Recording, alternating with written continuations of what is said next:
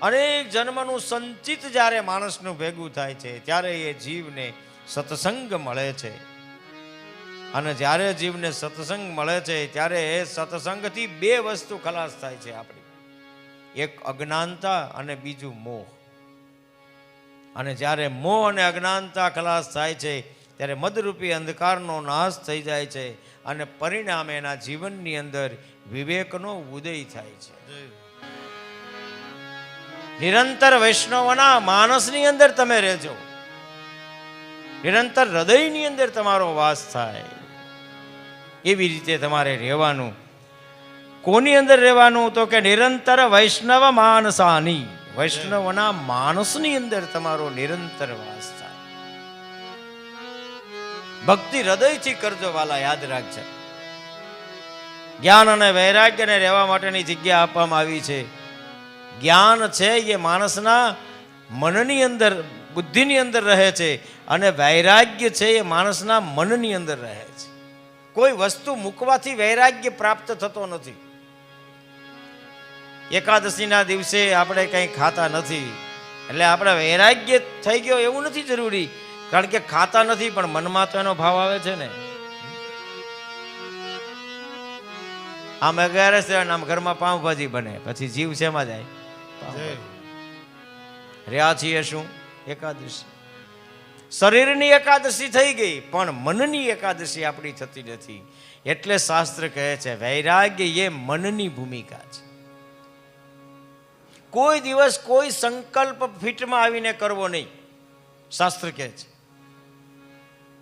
કથા સાંભળતા હોય ને આપણા મનમાં સંકલ્પ થયા કે હવે તો આપણે પાન, માવો, બીડી, તમાકુ ઇત્યાદિ, ચા, દૂધ છે એ બધું મૂકી દેવું છે, તો એ કદાચ ફીટમાં આવીને કરી લીધું પણ 5-15 દિવસ પછી એના વગર ચાલે નહીં, તો આપણે મન ઉપર કાબુ મેળવ્યો નથી. એટલે કોઈ પણ સંકલ્પને ધીમે ધીમે જીવનમાં સંક્રાંત કરો.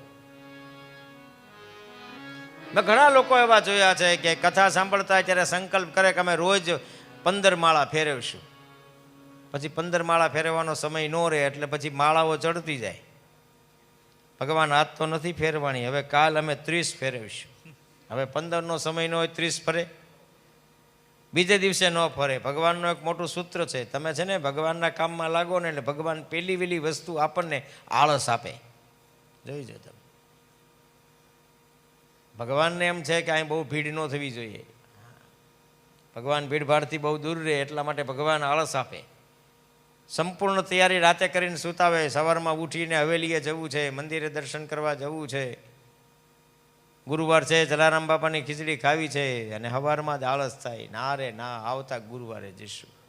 સમજી લેવાનું આમાં ભગવાને આપણને આળસ આપી.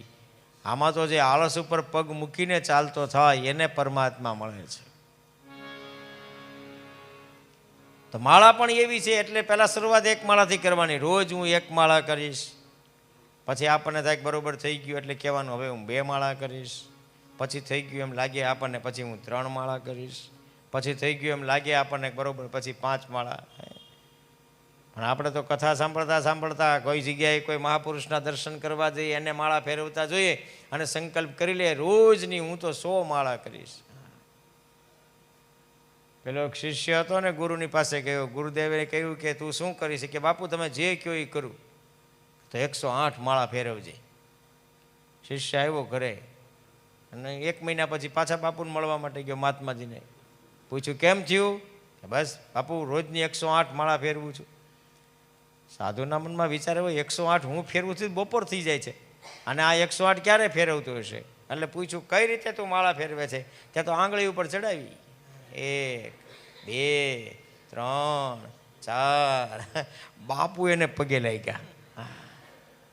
એમ નહીં, જેટલું ભગવાનનું કામ કરો એટલું પ્રેમથી કરો, જેટલું ભગવાનનું કામ કરો એટલું દિલથી કરો.